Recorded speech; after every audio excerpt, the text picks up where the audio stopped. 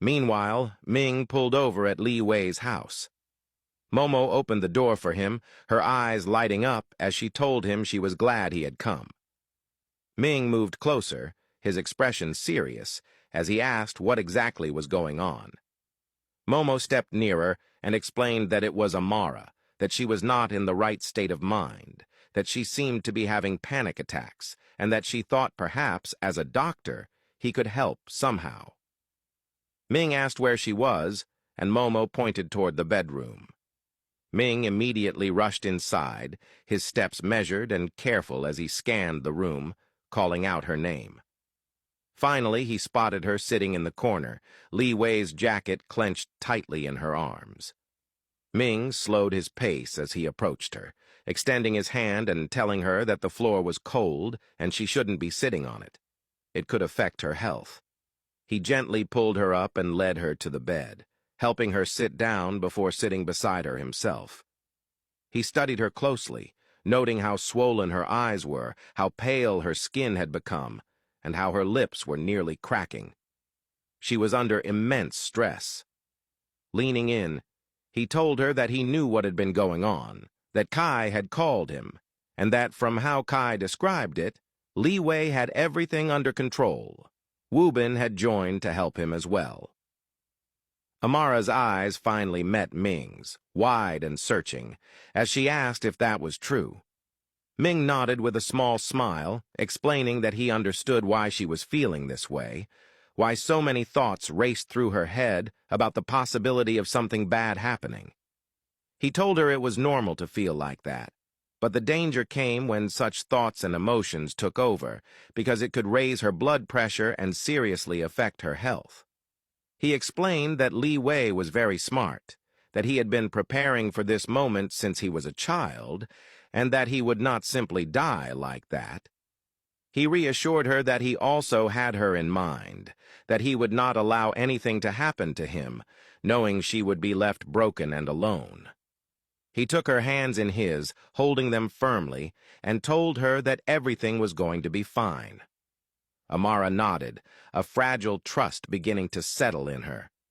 Ming told her he was going to take her vitals to assess her health and asked if she was okay with that. Amara nodded again. Ming retrieved his blood pressure monitor, carefully strapping it to her arm as he began checking her vitals. He then looked at her, concern darkening his gaze, and told her that her blood pressure was very high, unusually high, and that it was probably due to stress. He explained that he was going to give her something to calm her down, to help her sleep, and that when she woke, she would feel better. Amara shook her head, insisting that she could not sleep until liwei returned. She could not afford to sleep. Ming listened carefully, understanding her worry, and told her he understood how she felt, but that at that moment her health was far more important. As a medical student, she knew how dangerous it could be to let her body succumb to stress. He explained that it would be disastrous if liwei returned expecting to see her, only for her to fall ill. That would not be a good reunion.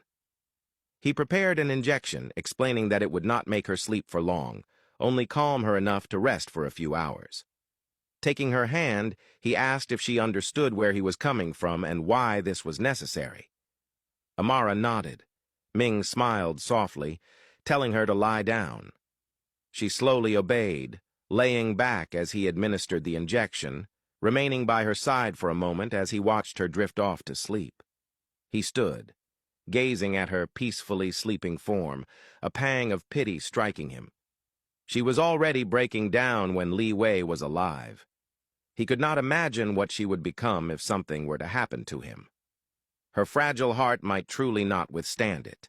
She might descend into madness. Ming quietly left the room, closing the door behind him, leaving her in calm slumber. Ming walked into the garden where he found Momo standing alone, her gaze fixed on a watch she clenched tightly in her hands. He approached her slowly, asking if she was okay. Momo quickly wiped her tears, not wanting him to see them, but Ming, having already noticed, moved closer, his concern evident. He asked her what was wrong, why she was crying, and reassured her that Amara would be okay. Momo looked up at him, her voice trembling as she asked what he would do if he found out that the person he had grown up hating, the one he had sworn enmity with, was now close to his best friend. Worse, engaged to her. She asked how she was supposed to maneuver through this. Did it mean the friendship ended, or that she would have to sit there and pretend as if she didn't see the person she hated? She added that she had been very young when her father left her to care for a rich boy, claiming he was her friend's son. Her own father had chosen someone else over her, treated that boy like his own child, raised him with the same love he was supposed to give her, while she suffered, growing up as an orphan. She had sworn she would never forgive her father or that child, only to find out that child, the one she hated, was Liwei, the man her best friend loved.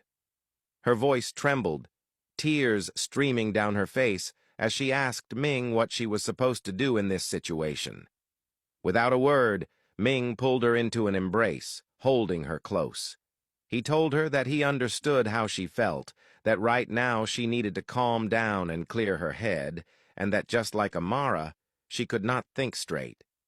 Momo buried herself in his embrace as she cried, confessing that she felt guilty.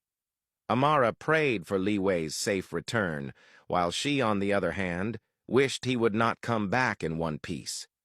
She wished her father and that fake son of his would be totally destroyed, so they could feel the pain she also felt. Ming held her tighter, gently kissing her forehead, trying to calm her, thinking about the depth of her hatred for her father. It was too much, too deep. Even if he told her her father had once saved her when she was kidnapped and almost killed, she would not believe it. The hatred would remain.